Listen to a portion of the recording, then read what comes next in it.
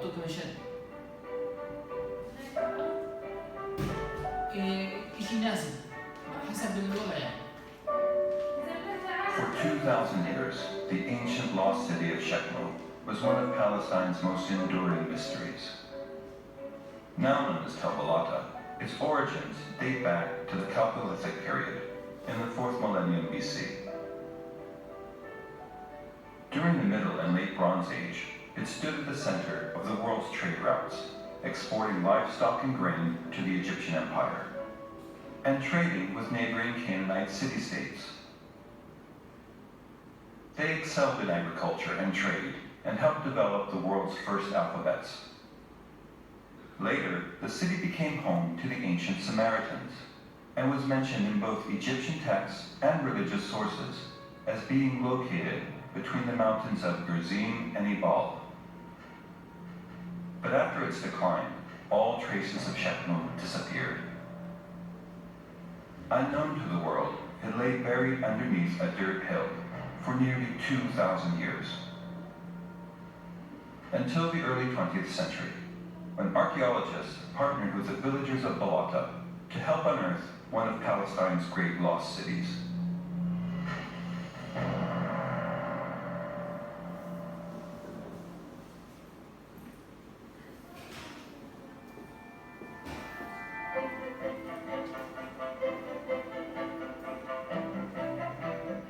In 1903, German scholar Hermann Tersch used historic clues to search for the lost city of Shechem in the village at the base of Mounts Gerizim and Ebal.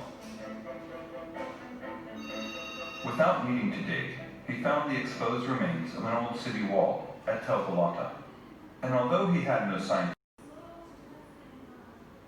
a few years later, Palestinian masons, building a home for a Balata village notable named Salim, stumbled upon a trove of ancient bronze artifacts.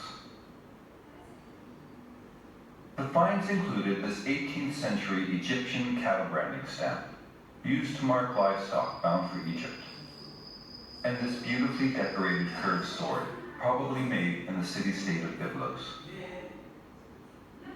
Unknown to the Masons, the trove gave essential clues to the existence of a commercial city.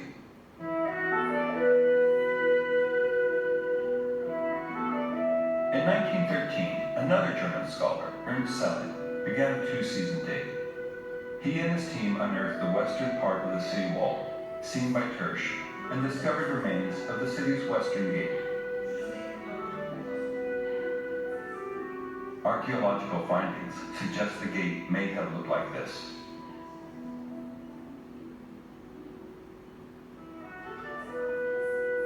In 1926, Selen returned with a Dutch Near East specialist, Frans Bol, and for 8 years worked with a team of hundreds of Palestinians, digging trench after trench through the mound. Men and women carefully exposed layer upon layer of Tel Balata's lost history. They discovered the remains of a large fortress-like temple with an altar, as well as handmade objects carved from stone, metal, and bone, and troves of pottery. But most intriguing, 2 clay tablets written in Akkadian cuneiform script. It was a letter from a teacher addressed to the father of his student, protesting that he had not been paid his salary. The finds began to tell scientists more and more about life in ancient Shechem. They had traded with Egypt, educated their children, and gathered to worship ancient deities before a massive stone altar. The German-Dutch team also found this text, one of the first of its kind in the world. It marks the transition from earlier cuneiform or wedge-shaped texts and the use of a modern alphabet. This ancient text may have its 20th century echo in this 1931 photograph taken by Bol of children being tutored in Joseph's tomb.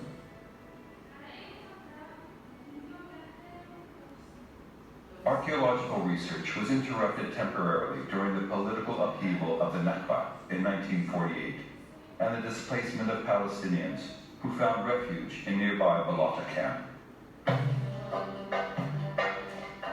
Work began again in 1956, when G. Ernest Wright began a 2-decade-long American expedition.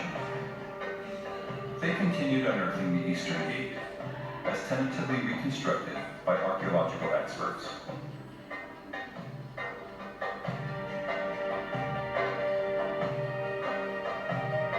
It is now possible to imagine how Shechem may have looked as a whole during its golden era, a time when it exported wheat and barley to the Egyptian Empire and the Canaanite city-states. The large eastern gate points to strong fortifications.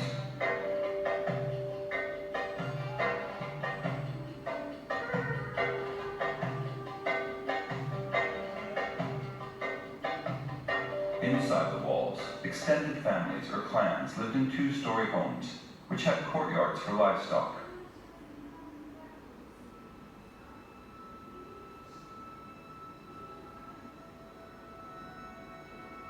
The central location of the temple, with its great stone altar for animal sacrifices, suggests the importance of religion to the people of the city.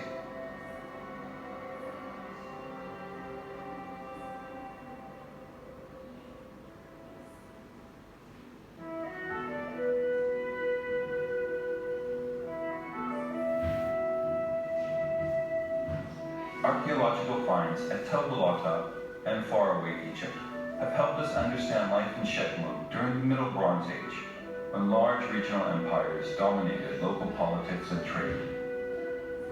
This 19th century BC drawing of Canaanites trading with Egypt is one of the few surviving illustrations of how Canaanites looked and dressed.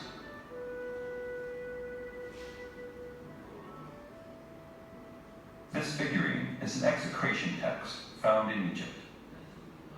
It places a curse on Shechem. The dolls were smashed to activate the curse. In the Middle Bronze Age, Shechem, like other Canaanite city-states, had an extensive cultural and commercial tie with Egypt, as evidenced in the material culture found throughout Canaan. Following the Battle of Megiddo in 1468 BC, Egypt dominated Canaan militarily and politically, while vying with the Hittites for regional power. The 8-meter-tall city wall we see today was built to showcase the power of the king and to protect Shechem from attacks by foreign and local enemies. Shechem burnt to the ground several times, including in 1550 BC. Historic texts tell us little about Shechem or its rulers, with one exception, King Balata, who ruled around 1350 BC, 200 years following a major destruction. He rebuilt the city, revived trade, and promoted better craftsmanship. He paid tribute to the pharaoh, as depicted in Egyptian drawings. But Pharaoh Akhenaten's vassals reported that King Balata was planning a rebellion against the Egyptian overlords. Balata rejected the charges and pledged his allegiance, but he was arrested by the pharaoh's agents and killed near Jenin.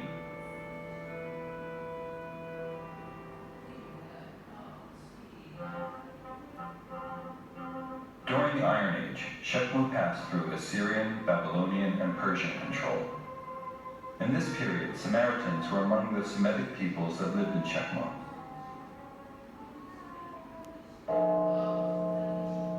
The remains of Samaritan stone houses were uncovered by the American expedition. According to tradition, Jesus would have walked through the fields of Tel-Balata on his way to nearby Jacob's well, when he stopped to rest and met a Samaritan woman. He spoke to her and drank her water. A Byzantine church was built over Jacob's well to commemorate the meeting. It was most recently renovated in the 20th century.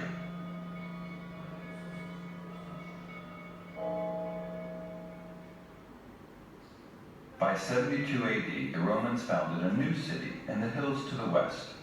They called it Flavia Neapolis, and it is today's Nablus. Roman ruins have been discovered under buildings throughout Nablus, along with a well-preserved Roman cemetery, where notables of the empire were laid to rest.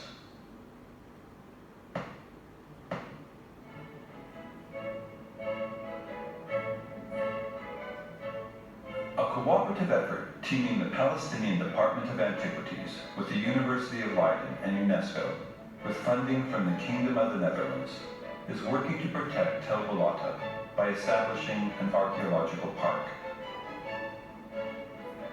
The old town of Nablus and its environment, including the archaeological park of Balata, have been included in the inventory of those properties which Palestine intends to consider for nomination to the UNESCO World Heritage List of sites of potential outstanding universal value. A visitor center, museum, and scientific publications have spread knowledge of Balata's rich past to the public, aided by new signs, pathways, and security measures.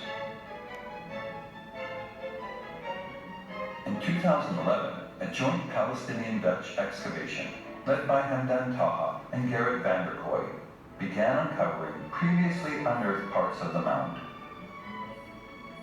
They also began social archaeology, recording oral histories of Balata villagers who worked on the excavations. The safeguarding of the archaeological site of Balata is in line with UNESCO's mission to provide technical assistance to the Palestinian institutions and professionals that safeguard cultural heritage in both its tangible and intangible components, and in developing cultural and creative industries. Balata is an important part of Palestine's history and heritage, and with the help of modern archaeology, the lost story of its past continues to unfold.